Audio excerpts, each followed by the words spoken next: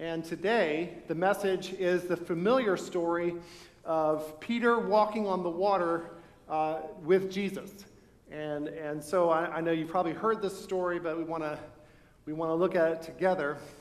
I know for me, it takes me back to a memory no one can take away from my life. It's a precious memory. I was a Christian more where God was real to me like on a daily basis for about a year and a half, and I was a junior in high school.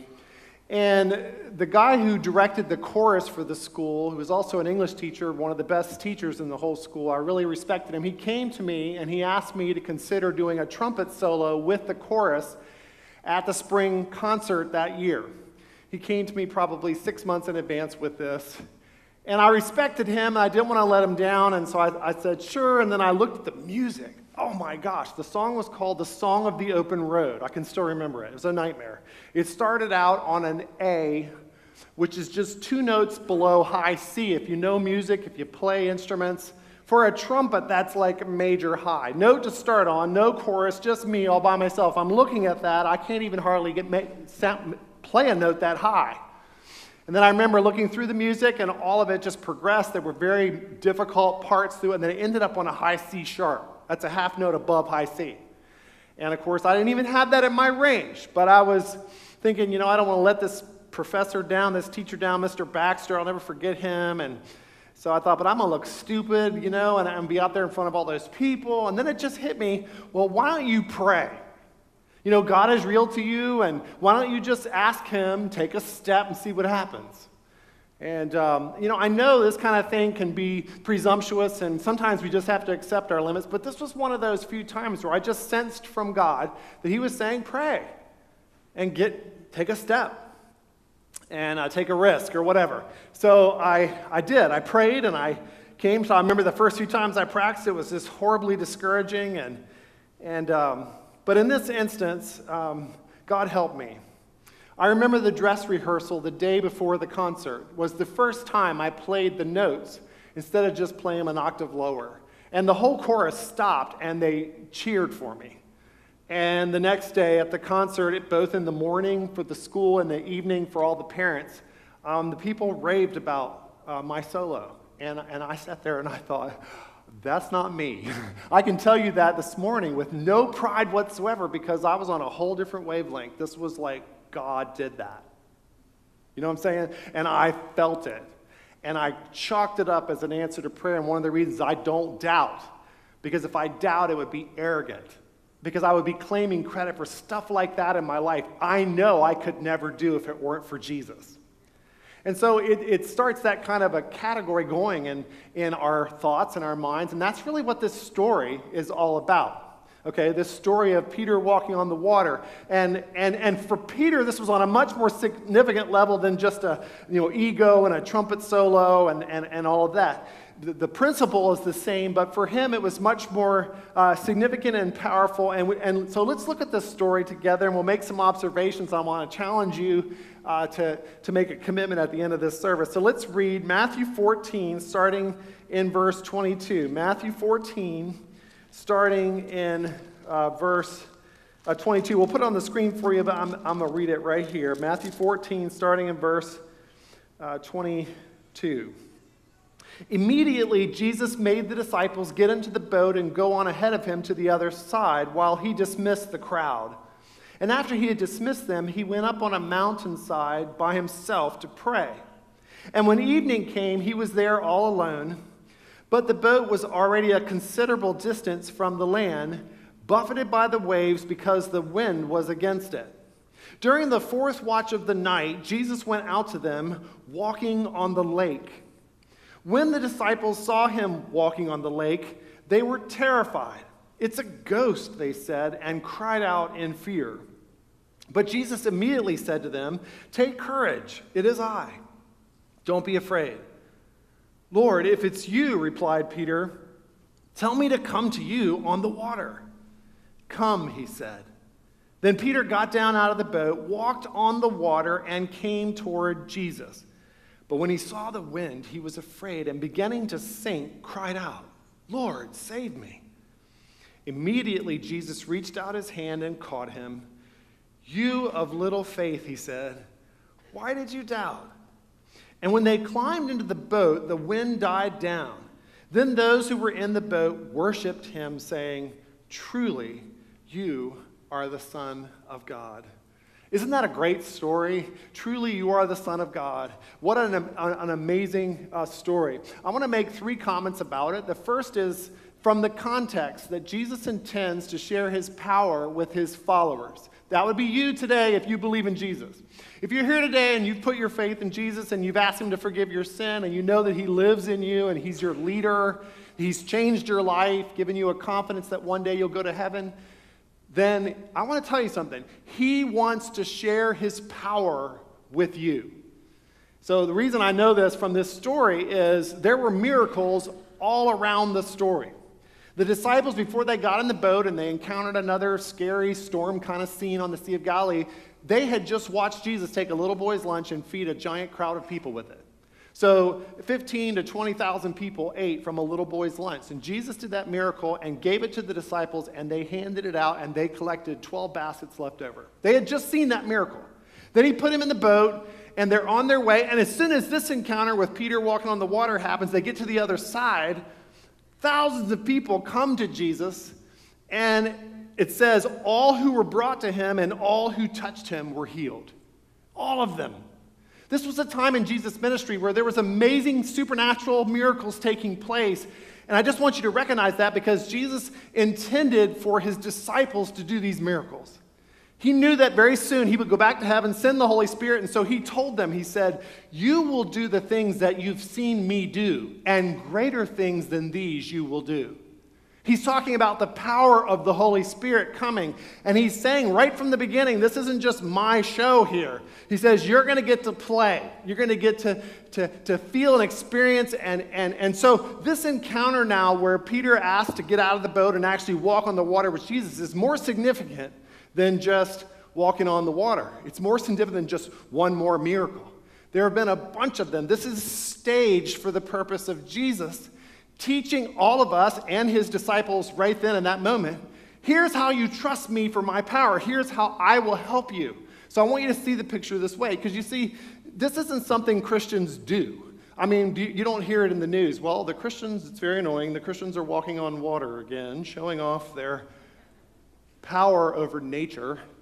It's not about walking on water. It's a principle that's taught through this vivid story, this image. And I want to give it to you because it can help you trust Jesus and experience his supernatural power in your life. And so that's the first point. Jesus intends to share his miraculous power with his followers. So all of these miracles were done, and they were significant to the individuals involved. You know, every time he healed somebody, every time he exorcised a demon, every time he those people that he fed, they were all blessed. But it was especially for the 12. He healed the crowds, thousands of them, to impress the 12. And if you know Jesus, you're one of those 12. You're represented by those 12 disciples. And so you should be impressed. And he did all of that to show those men who would lead his church, hey, I want you to experience my power. Now watch this, watch this, watch this. Now I want you to do this. Come on, you participate with me in this. Come on, you can do this. And you can't take that away from them. That they got to experience, that they got to do the miracles, that they themselves were confirmed that they knew Jesus, and Jesus did that through them. And I want that for you.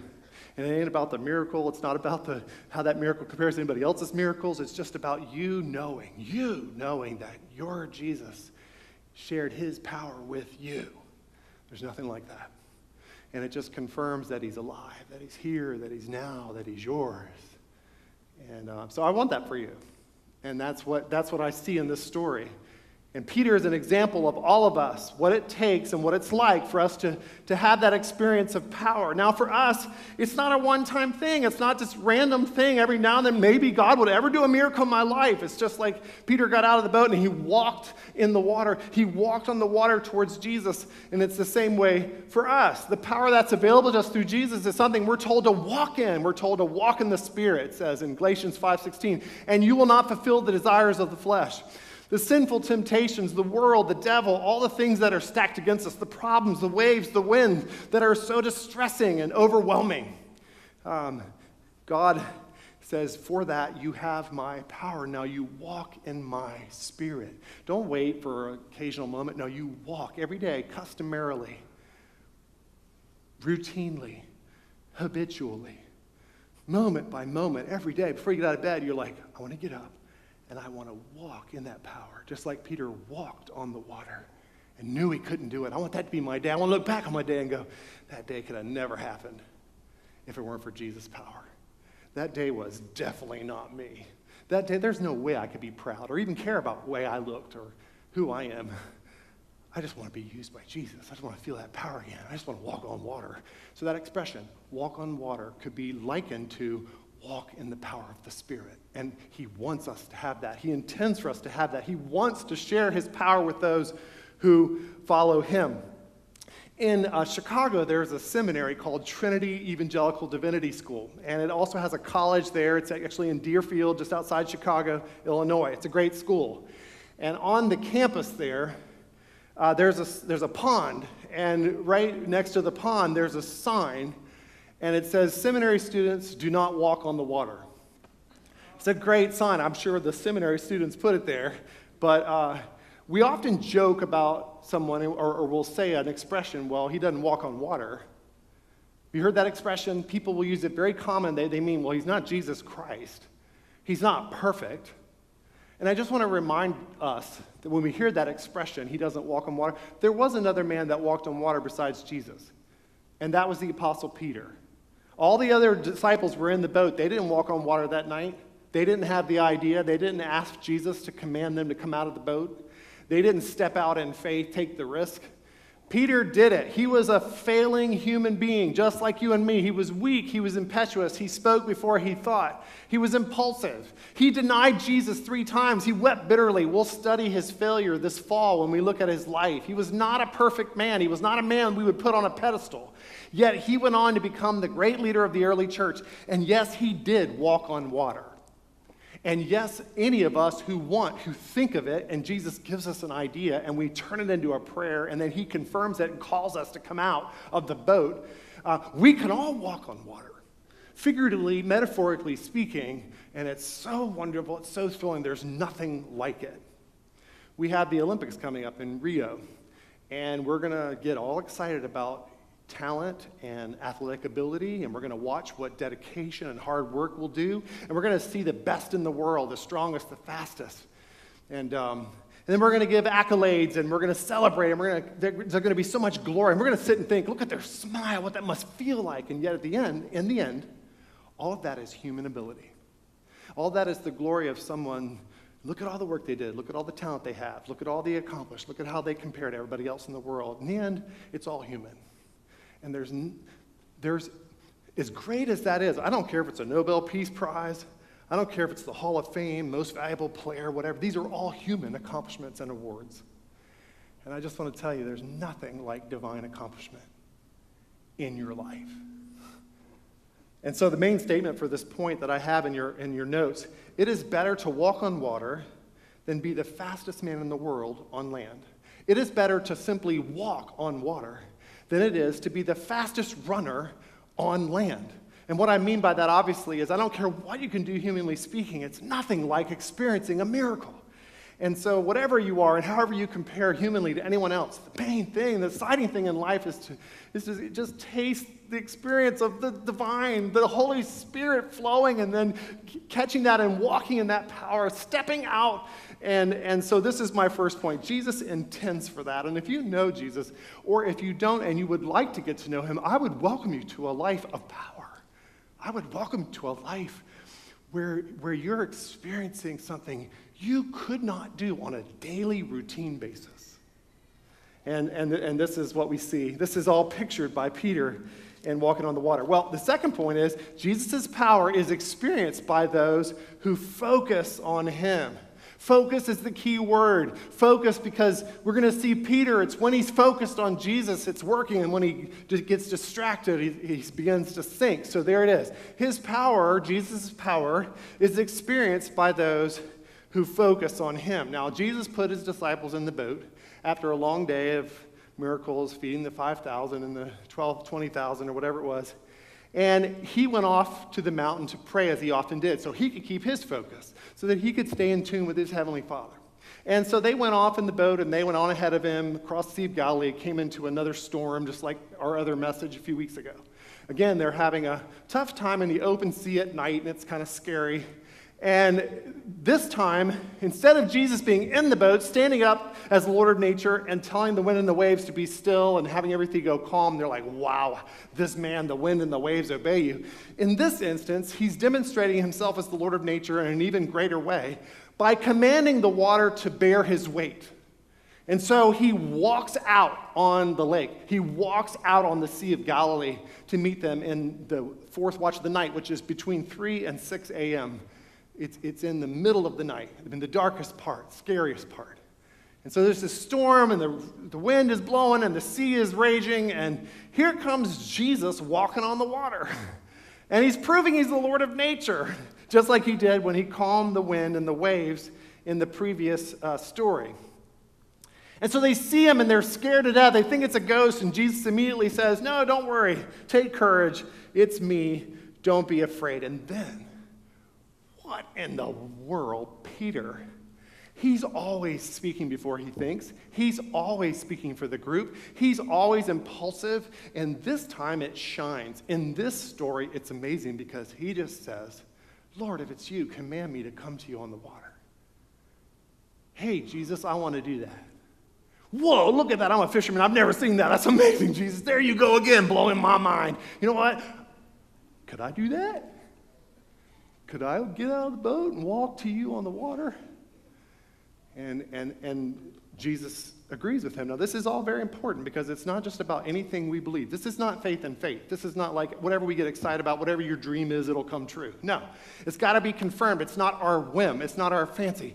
This is when Jesus gives us an idea, and then he lets us initiate it, but then we bring it to him. We say, oh, it's focused on Jesus. We say, well, Jesus, because Peter said, he waited for Jesus to confirm it, to call him. Then he said, I want to come to you. And then when he got on the water, it says he came toward Jesus. This is why he didn't just start dancing a jig, running around, showing off. It was all about Jesus. It wasn't his dream. It was the idea Jesus gave him because he knew it was needed in his life. He thought about it, and he's like, I want to do this. I want to go to you, Jesus. It's not just about the miracle. This is how I'm going to experience you. This is how I'm going to relate to you more wonderfully and effectively in my life.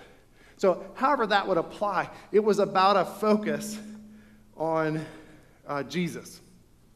So Jesus commanded him, and he came. Then, when he got out on the water, and he had a number of steps out, and he was like, I don't know how that felt. I would love to talk to Peter. Peter, come on. How did it feel? Come on. How do you think it felt? A fisherman lived on the Sea of Galilee all his life, and now he's walking on water. And he's like, you're amazing, Jesus. And you just welcomed me into what is amazing, and I'm doing it. I'm doing it with you. This is unbelievable. Whatever he felt, whatever exhilaration was overcome by him looking at the wind. And this was not in the daytime, in the shallow. This is not a calm day. This is a storm in the middle of the night and the wind's raging, and it's such a great story because this is so much like our life. So often it's scary and the problems dominate our thinking. And so we analyze them and we set goals and we get counseling, and all those things are necessary, but they're focused on the problem, the challenge.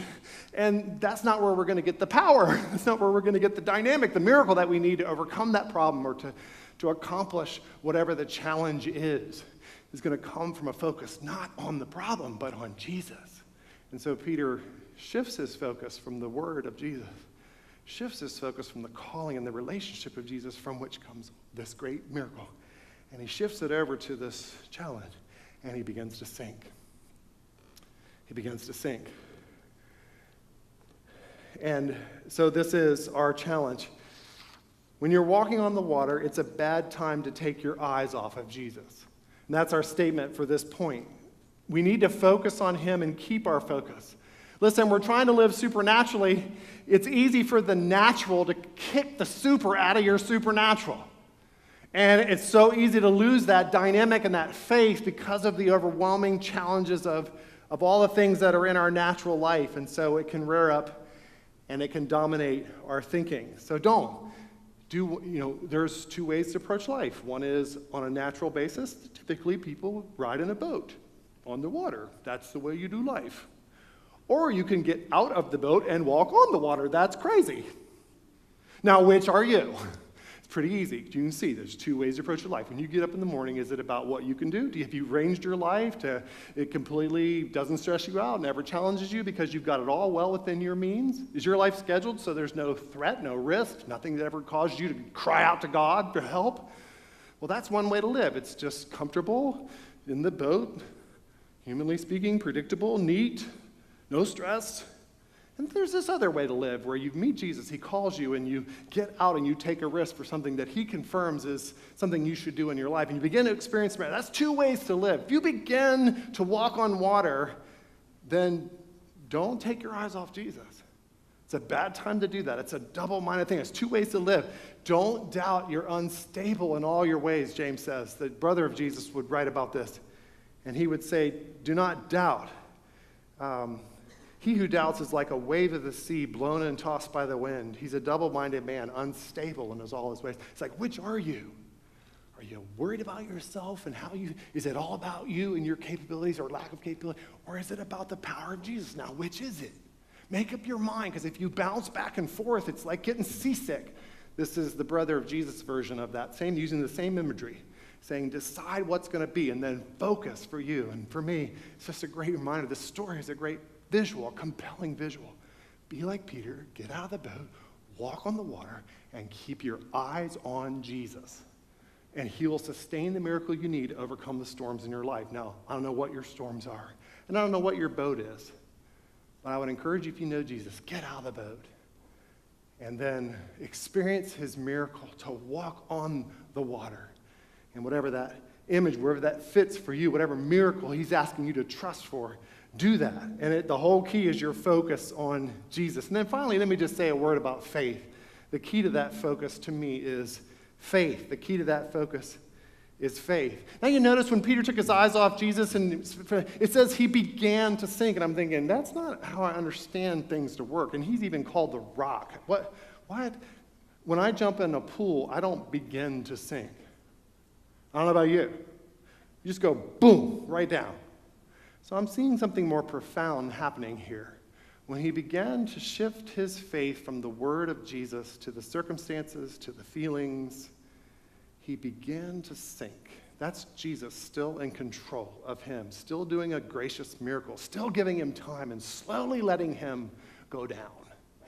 Just enough to get his attention to refocus back on Jesus and cry out to him for help. Now, he didn't have time for a long prayer. The last few words would have been blub, blub. Right? So he just said, oh, Lord, save me. No, and it's like that for us. Jesus will just compassionately let you know you're beginning to sink. And hopefully that gets your attention. Can you recognize that? You're beginning to sink. And when you do, you just come back. Just like focus right back on Jesus. Jesus says, look at me. I'm the Lord who forgave your sins. Remember that? I'm the Lord who's the reason you're not under judgment. You can look forward to heaven. I'm the Lord who's the source of every good thing in your life. I'm the Lord who's created all things and sustains it every day. I'm the Lord Jesus Christ, head of the church. You worship me. You know me personally. You thank me. You have so many prayers answered by me. Now listen, you look at me and you experience my power, and then you walk. You keep walking in that power. Don't look at the wind. Don't look at the waves. In fact, I've been saying that just in preparing this message. I think of things in my life that stress me out. I'm like, wind in the waves, wind in the waves, wind in the waves. Well, wind in the waves. Okay, Jesus, I'm going to look at you. I need the power, the dynamic, because I've got to live a miracle life. And this is what he allows us to do. Well, now, in conclusion, I want to give you a challenge. And I already had this in the first service, and people coming up to me, and I already knew it was true. So I know this is true for some of you today, and that Jesus wants me to look right at you and give you this challenge. I believe this is not about me. This is about Jesus and you. That he is looking, even if you haven't even known him yet, he is asking me to trust him for the miracle of being able to look straight at you and say, Jesus wants you to get out of that boat. Maybe it's the boat of never trusting him, and you need to begin to trust him, and you need to begin to experience the forgiveness of your sin that only he can give you. You need to let him change your life, your direction, where you're heading. You need to learn what that means, but right now you just need to decide, I'm going to step out of the familiar way I've been doing my life. I don't like it. It doesn't work. I'd rather step out of the boat and drown than stay in this boat. And so that might be you. Or maybe you know Jesus, and you've known him a long time, but you've allowed your life to just be comfortable, predictable. Listen, Jesus wants me to tell you, he wants you to get out of that boat. You say, well, I don't know. I don't know. He's not really stretching me in my life. Nothing really challenging in my life. What are you talking about, Dean? Well, then let me tell you, did you hear the news this week? The tragic shootings that just remind us how broken our world is? And the news reports and the news talks about we need less guns and we need more dialogue between the races, and we think, sure, okay, but I don't think that's going to solve it. You know what? I only think the only thing that's going to solve it is the Jesus that's come in our heart and changed our life. And that Jesus wants to go through us into our hurting world and change our country, change the broken relationships and families and addictions and all the hopelessness and the lack of purpose that's right here in Lancaster. You know what Jesus wants? He wants you. He wants to stretch you out of your comfortable life. I say it to myself.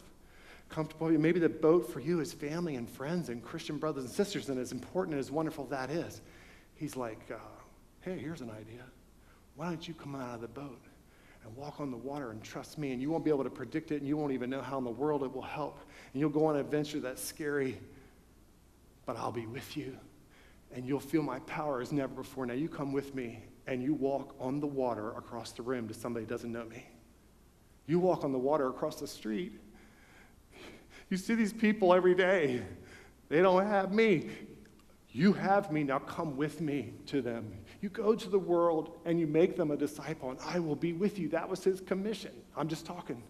This is Jesus saying this, I believe. Get out of the boat. That's scary. I can't predict it. Get out of the boat. Be one of the few. The other disciples, they never did this. It was just Peter. Maybe you're one of the few. You would just get out of the boat. Be willing to take some significant step of responsibility or risk, because you know Jesus is saying, if you do this, I will be with you. I will empower you. Now come on, do this. And so it's my challenge that you would go with me and all of us and let Jesus stretch you. Lynn and I are very risk averse. We don't have adventurous personalities. I hate all of this rhetoric. I would love to stay in the same routine for the rest of my life. And we stepped out to come here. We stepped out on a career basis, and believe me, it was so hard. We do not want to do that again. We would love to stay here forever. You know, it just feels, I don't like that. And it doesn't matter. I'll be honest and tell you, it doesn't matter. This isn't about your personality, or this isn't about your circumstances. This is about Jesus. If he's prompting you, do it. It's worth it. We're not here on this earth for security. That's what heaven's going to be like. Right now, we're supposed to walk on the water. We can be in the boat for eternity with the believers in Jesus. So let's go. Let's walk on the water with Jesus. That's my challenge for you. Now, as we conclude, I would like to do it in a different way. We're going to have communion. We're going to have the guys come and sing. But before we do, I want to pray for some of you. And two categories, so I want to be very clear. If you're in that first category where you're like, you know, I've really not experienced Jesus in a life-changing way, and I would like to take that step, then I want to ask you in just a minute to stand. If you're in the category where you're like, I've known Jesus for a while, and yet I sense him calling me, and I want to be willing to step out of my comfort zone, then I want to ask you also to stand. There's some idea he's giving me, and I want to suggest it and pray that he'll call me, and I want to live a life of power, moving out in that miraculous way. If that's you and he's speaking to you, then I want to ask you to stand too. And simply through that, it's unusual. I just want you to be able to take that little step today. And then I want to pray for you before we close. So if you're in either one of those categories, would you stand right now? I know this is a great moment between you and the Lord, and it's an honor to lead you in this experience in God's house. So wonderful. Praise the Lord. Keep standing, and I'm going to say a prayer, and let's all pray. Right now, Jesus, you see, in this moment in time, there is a significant faith step being taken for you. And I pray, Lord, I know you called them, and I know that they're responding, and I pray that they would walk on water. I pray that you would give them your power. I pray that they would sense you and experience you as never before. I pray that they would never want to go back to just security and comfort. I pray that you would clarify the reason they're standing. I pray that you would help them to land on that, and then that you would make it happen, Jesus. I pray just like you did for Peter. We know that wasn't just for walking on water. Lord, I pray you would give them power in their life and victory, and that the wind and the waves would not distract them, but they would focus and stay focused on you. Lord, be with them, those who are first meeting you and those who are moving forward with you into an exciting mission. Lord, I know there were many in the first service as well, and I pray for you to give them your power right now and grace. Thank you, Lord. We pray this in Jesus' name.